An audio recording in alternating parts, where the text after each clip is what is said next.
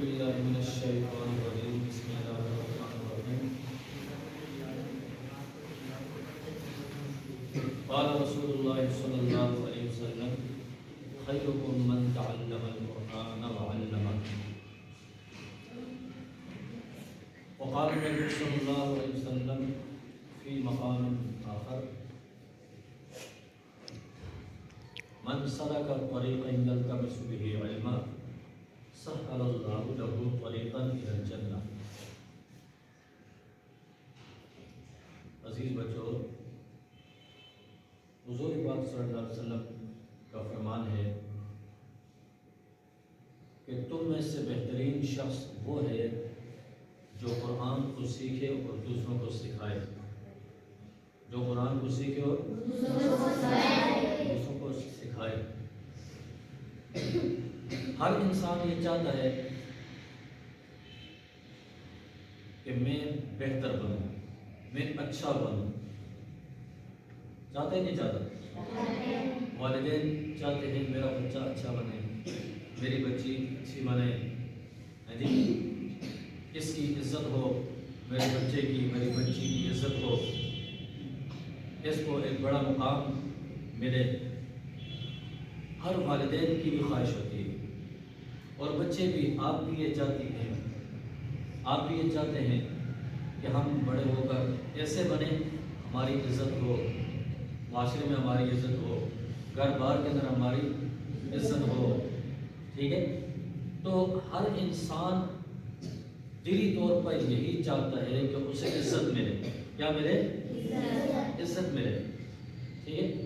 اور عزت اسی شخص کو ملتی ہے جو سب میں بہتر ہو، جو سب میں بہتر ہو، سب میں اچھا ہو، ٹھیک ہے؟ اور اچھا کون ہے؟ تو میرے اور آپ کے نبی، آقا نامدار جناب رسول اللہ صلی اللہ علیہ وسلم نے کیا فرمایا کہ تم میں سے بہتر کون ہے؟ وہ شاباش، تعلم القرآن، جس نے جو قرآن کو سیکھے، علمہ، اور دوسروں کو سکھائے۔ جس کو اللہ اور اللہ کا نبی بہترین شخص کہے وہی بہتر ہوتا ہے۔ ایسے ہی ہے نا بیٹا؟ جس کو اللہ اور اس کا نبی بہتر کہے تو اصل کے اندر، اصل حقیقت کے اندر وہی بہتر ہوتا ہے۔ تو پتہ چلا کہ بہترین شخص کون ہے؟ جو قرآن کو سیکھے، ٹھیک ہے نا؟ جو مسجد میں آئے، مسجد کے ساتھ اپنی وابستگی رکھے، قرآن کے ساتھ جو اللہ کی سب سے بڑی کتاب، جو اللہ تعالیٰ کی سب سے بڑی کتاب ہے۔ ہاں، اب دیکھو باقی جتنی بھی کتب ہیں، جتنی بھی کتابیں ہیں، ان کو یاد کرنے، مکمل یاد کرنے، ٹھیک ہے نا؟ ایک نیکی بھی نہیں ملتی۔ نیکیوں کے اعتبار سے وہ ہمارے لیے نمونہ نہیں ہے، ٹھیک ہے نا؟ نیکیوں کے اعتبار سے وہ ہمارے لیے معتبر نہیں ہے وہ کتابیں، ٹھیک ہے؟ نیکیوں کے اعتبار سے، عزت اور مقام ملنے کے اعتبار سے وہ ایک ہی کتاب ہے، اور وہ کون سی ہے؟ بل ہوا قرآن مجید، بل ہوا قرآن مجید۔ قرآن مجید سب سے بہتر کتاب ہے، ٹھیک ہے نا؟ کیوں؟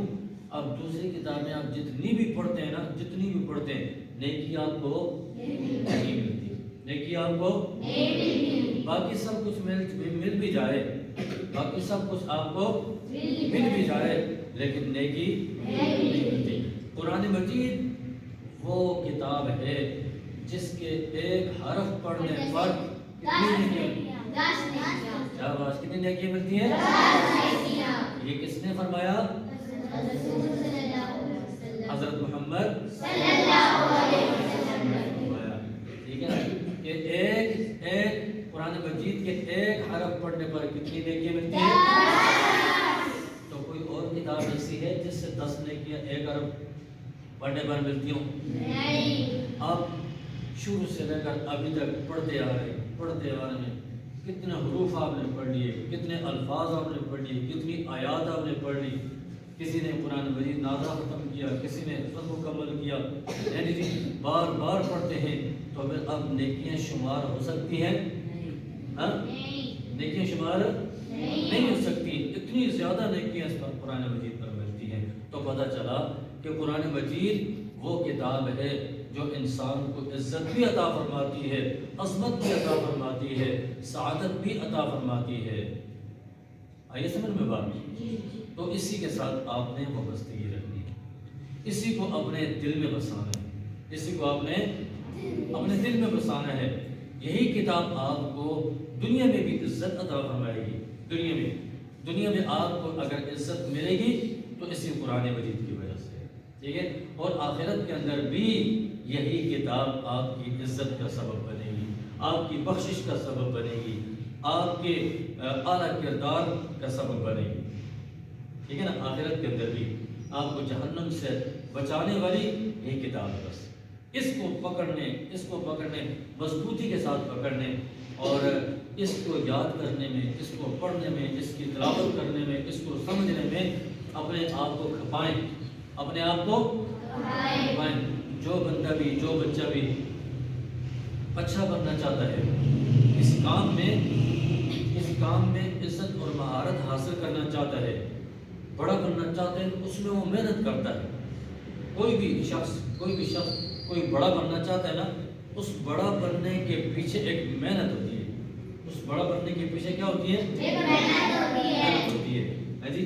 آپ میں سے بچیاں، آپ پوزیشن حاصل کر، کلاس میں ایک بچی ہے، اس کی پوزیشن آ گئی، ٹھیک ہے نا، دوسری بچی کہتی ہے کہ اس کی پوزیشن آئی ہے، آئندہ سال اس کی جگہ پر میں پہلی پوزیشن حاصل کروں گی، ٹھیک ہے۔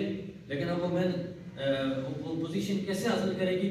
اس پر محنت کرے گی، بار بار محنت کرے گی، ٹھیک ہے۔ اپنے رشتہ داروں کے گھر میں بھی نہیں جائے گی، اور پڑھنے کے وقت میں کھیلے گی بھی نہیں، فضول وقت کو ضائع نہیں کرے گی، محنت کرے گی۔ تو اب ایسا وقت آئے گا کہ اگلی مرتبہ دوسری بچی نے پوزیشن حاصل کی، اس دفعہ اس کی جگہ پر اس نے پوزیشن حاصل کر دی۔ کیوں؟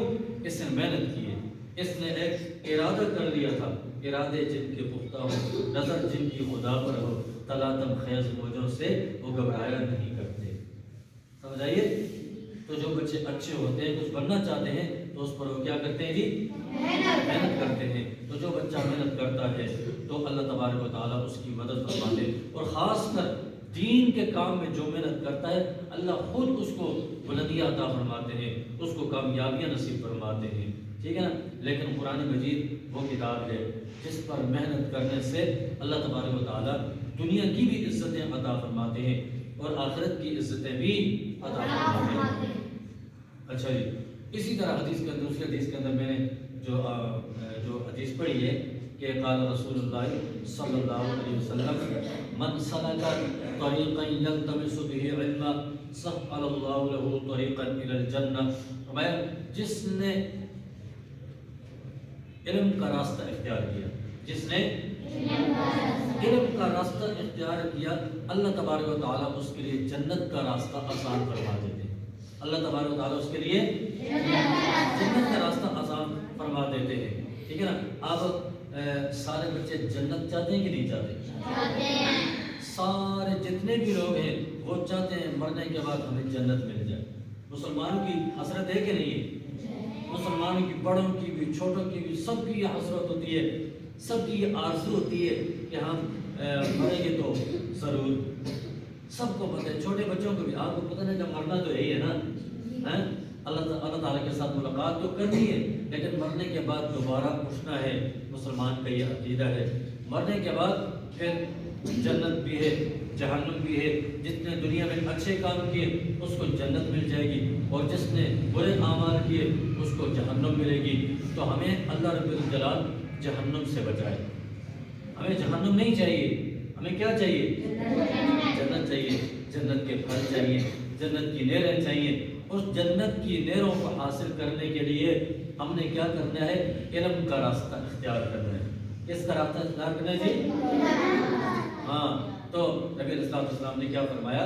من سلک طریقا، جو من سلک طریقا یلتمس به علما، جس نے علم کا راستہ اختیار کیا، سہل اللہ له طریقا الی الجنہ، اللہ تبارک و تعالیٰ اس کے لیے جنت کا راستہ آسان فرما دیتے ہیں، ٹھیک ہے۔ تو آپ بھی چاہتے ہیں نا کہ ہمیں جنت ملے، جنت کے میوے ملے، جنت کے پھل ملے، جنت کے انگور ملے، جنت کا دودھ ملے۔ دودھ کی جنت کے دودھ کی نہریں ملیں، ہے جی سب کی خواہش ہے نا، ٹھیک ہے، کیسے ملے گی؟ ہم علم حاصل کریں گے، علم دین حاصل کریں گے، علم دین، علم کون سے؟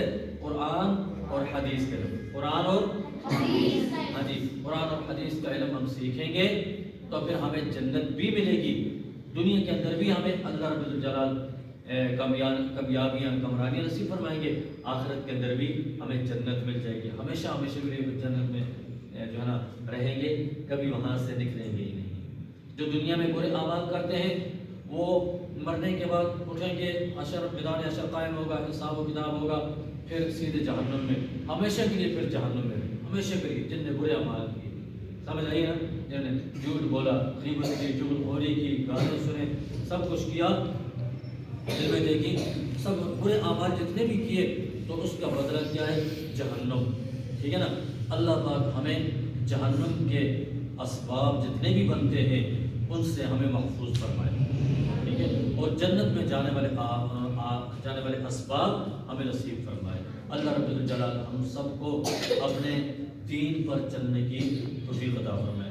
آپ جو بچے آئے ہیں نا، اللہ رب الجلال نے آپ کو چنا ہے، آپ کو اتنے پیارے استاد آپ کو ملے پڑھانے کے لیے، وہ دیکھو آپ کے اتنے پیارے، یعنی آپ کے ساتھ تعاون کرنے والے، ٹھیک ہے نا، اور اس طرح آپ کے استاد، ٹھیک ہے، غالب پیارے انداز میں آپ کو پڑھاتے ہیں، ٹھیک ہے نا، تو اتنی پیاری مسجد آپ کو ملی ہے پڑھنے کے لیے، ہے جی، آپ لوگ خوش نصیب ہیں، تو پھر اللہ تبارک و تعالیٰ نے آپ کو یہاں پر بلایا ہے، آپ خوش نصیب ہیں، آپ کو کس نے بلایا ہے؟ اللہ تعالیٰ نے بلایا ہے۔ جب اللہ تعالیٰ نے بلایا نا تو یہی اللہ رب الجلال نے آپ کے لیے کامیابی کا راستہ بنا دیا، ٹھیک ہے نا۔